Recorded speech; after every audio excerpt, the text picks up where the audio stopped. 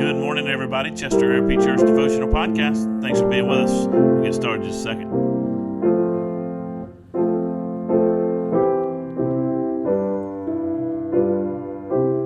All right, the Lord indeed does follow us into, or lead us, rather, I should say. Goodness and mercy follow us. We follow the Lord where He leads us, and we are so thankful that He is a good shepherd to His people. Romans chapter 13, beginning in verse 1, running a little late this morning, I apologize. Let every person be subject to the governing authorities, for there is no authority except from God, and those that exist have been instituted by God. Therefore, whoever resists the authorities resists what God has appointed, and those who resist will incur judgment. For the rulers are not a terror to good conduct, but to bad. Would you have no fear of one who is in authority? Then do what is good, and you will receive his approval. For he is God's servant for your good. But if you do wrong, be afraid, for he does not bear the sword in vain. For he is the servant of God, an avenger who carries out God's wrath on the wrongdoer. Therefore one must be in subjection, not only to avoid God's wrath, but also for the sake of conscience. For because of this you also pay taxes, for the authorities are ministers of God, attending to this very thing. Pay to what is owed to them. Pay what is owed to them. Taxes to whom taxes are owed. Revenue to whom revenue is owed. Respect to whom respect is owed. Honor to whom honor is owed. Now, this section of Paul's letter here is further application of the gospel truths. How do we apply the gospel truths that he's laid out in the first parts of the book of Romans? How do we apply them to our daily lives?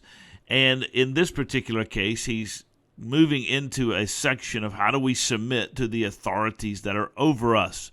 In chapter 12, he talked about our personal relationships, our relationships with each other. How do we interact with one another? How do we show hospitality? How do we not seek vengeance but rather forgive, etc.? Now we move into a kind of a larger application. How do we interact with the authorities over us? In particular, he talks about the authorities of the government.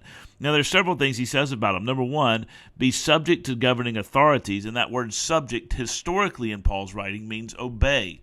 Obey the governing authorities that are over you, for there is no authority except from God, and that those who exist have been instituted by God.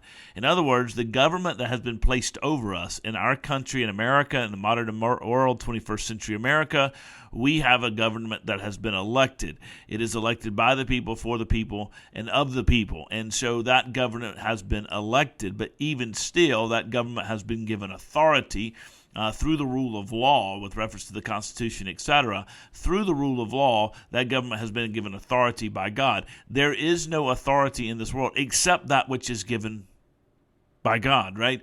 God is the supreme end. He is the supreme being. He is the supreme authority, and all authority is derived from His authority. And so we are to be subjected, obedience. Our general stance toward the law, our general stance to the authorities over us is to be obedient. He says, whoever resists the authorities resists what God has appointed, and they will incur judgment. We don't just generally go out here and resist the authorities. Now, there is an exception made throughout the Bible on multiple occasions when the governing authorities over us are requiring us to not pursue righteousness or to disobey God. So if the government says you cannot gather to worship on the Sunday, we disobey that. Right, or the government requires us to do something contrary to the will of God, then we must stand firm against that. Right, we have to ultimately obey the highest authority, and that is God Himself. But then he says in verse 3, "For rulers are not a terror to good conduct, but to bad."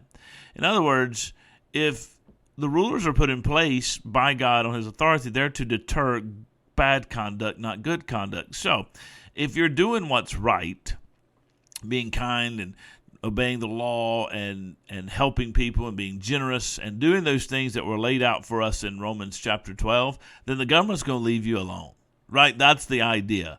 They're going to deter bad conduct, but we are here to do good conduct and to do the will of God. And so as a result of that, we shouldn't have many problems unless they are keeping us from doing the will of God. And then he goes on to say, it's also for conscience, right? If you're doing what's right, then your conscience won't be bothered. So do what is right. Do what is the will of God, and you won't be bothered. Submit to the authorities, and then if you're doing what is right, you won't be bothered by the authorities, and recognizing that those authorities come to you from God. In the exception that they would require us to do something that is contrary to the will of God, then we must evaluate. But until then, our general practice should be, nope, I'm going to obey the authorities because they have been placed in authority over me by the authority of God. Hey, that's a powerful lesson, an encouraging lesson, a challenging lesson, but hopefully we'll walk forward in faith today. You guys have a great day. God bless you. I'll see you soon.